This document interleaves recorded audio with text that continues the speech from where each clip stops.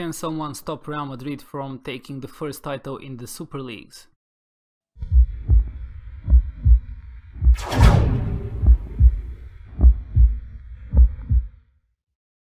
Hello everyone and welcome to the What If League. Today we're doing episode 13 of the Super Leagues. If you haven't seen the previous episode of the series, please make sure to do so in my channel, or you can also check the links that I will be leaving in the description below. Especially important would be to check episode number 1, where I explain the concept of the competitions, which teams are participating, what are the rules and what is the overall idea. This episode we're going to follow the period between the 25th of February and the 18th of March and what happened in those 3 weeks. So before we begin reviewing the 5 divisions, I would just want to quickly show you the job security window to see what is happening at the moment. We can see that two teams are looking for new managers, Sevilla in Super League 1 and Sassuolo in Super League 5. On the other hand, Sergio Egea from Pumas and Miguel Mejia Baron from Tigres are still under review. This was the same situation 3 weeks ago. What is also interesting is that the new manager of Liverpool is struggling a lot. You can see that they're 17th position and he's insecure, so he's not really performing very well at his new club. Quickly before I start with Super League 1, just to show you my inbox, what has been happening in the meantime. We have Grêmio who have hired Levir Coupi, and Sassuolo have fired their manager Christian Bucchi, or Bucci, I'm not sure how his name is pronounced. If somebody knows, please let me know in the comments. Sevilla have also fired Eduardo Berizzo and now are looking for a new manager. But enough of that, now let's go to Super League 1 and see what's happening there. Real Madrid are leading very comfortably with 67 points. This is 9 points more than second placed Manchester United. Barcelona have climbed up to the 3rd position with 53 points, followed by Manchester City with 52. Arsenal have slumped down the table and now find themselves in 6th position.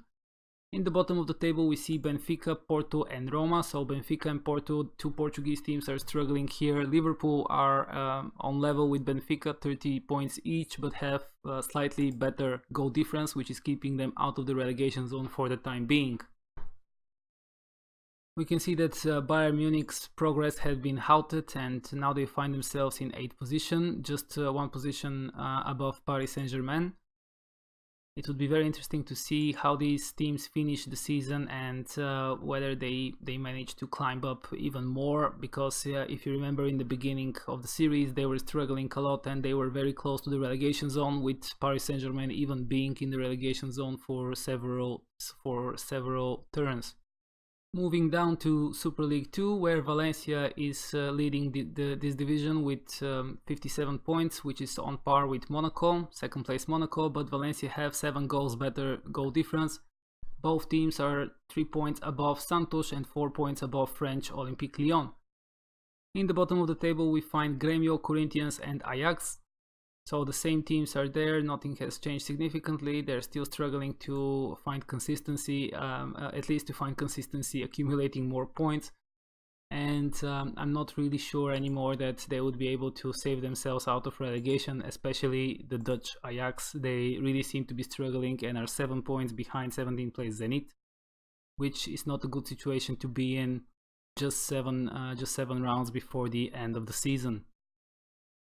In Super League 3, we see Borussia Mönchengladbach are now leading. They are new leaders of this division with 62 points, and they are 2 points above Hoffenheim in 2nd position. But we have to mention that Hoffenheim have a game in hand, which if they win, they're going to be back at the top of the table. Leverkusen are in 3rd place with 57, which is 5 less than the current leaders. We also see in the bottom of the table Feyenoord, Chivas and Cruz Azul. No significant changes there as well. Cruz Azul are still struggling. They have accumulated some points and are closer to safety, but are still 10 points behind 17th place Olympiacos, which is not a very small difference to climb in the remaining 7 rounds. In Super League 4, Tigres are still leaders here, but now their cushion that they had in front of everybody else is significantly less. They're only 1 point above Spartak Moscow in 2nd position and 2 points above Real Betis and Southampton, that are both in 3rd and 4th position respectively. They are even on goal difference as well. The only reason Real Betis are in third position is because they have more wins.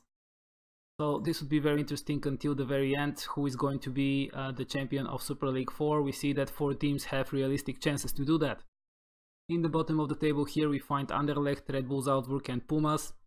So Krasnodar have managed to climb up the table and find themselves at the moment at 15th position. On the other hand, Red Bull Salzburg have slumped up again in the relegation zone. In the lowest division, Super League 5, Sampdoria are still the leaders here with 59 points, 4 more than second place Malaga. West Ham are in third position with 53, with Genoa in the fourth place with 52. At the bottom of the table here, same teams as usual, Bordeaux, Atalanta and Pachuca. Monterrey are now in 17th position, so they have managed to climb a bit. Those teams are not really concerned with relegation, since there is no relegation in the Super League 5. It's the lowest division and they cannot go any lower than that. But still, if they do not improve their performance, they will be stuck in this division for quite a while and would not be able to climb up the ladder of the Super Leagues. Now moving our attention to the cup competitions, the Super League trophy, we had the semi-finals being played where Borussia Mönchengladbach qualified for the final after beating Besiktas at home. Wolfsburg also qualified for the final after defeating Celta Vigo at home 3-2. Just to remind you, the Super League trophy is a cup competition where only the teams from Super League 3, 4 and 5 are able to compete. Then in the Super League Masters, the other competition with limited participants, this competition is only for the teams from Super League 1 and 2. The first semi-final was played. Napoli lost at home to Juventus on penalties after finishing 1-1 in regular time and 2-2 after extra time. Unfortunately for the Neapolitanians, they were unsuccessful in their penalty shootout against Juventus, who are the first qualifying team for the final of the Super League Masters. With that, this is the end of episode 13. If you haven't seen the previous episodes of the Super League series, check out my channel and the videos that I have uploaded, or you can also see the links that I will be leaving in the description below.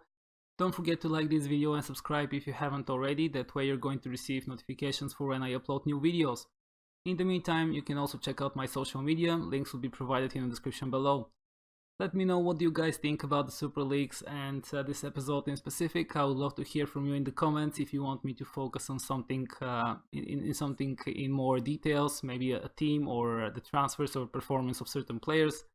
We can do that in a drill down in one of the next episodes. Once again, thank you for watching and until the next time. Bye!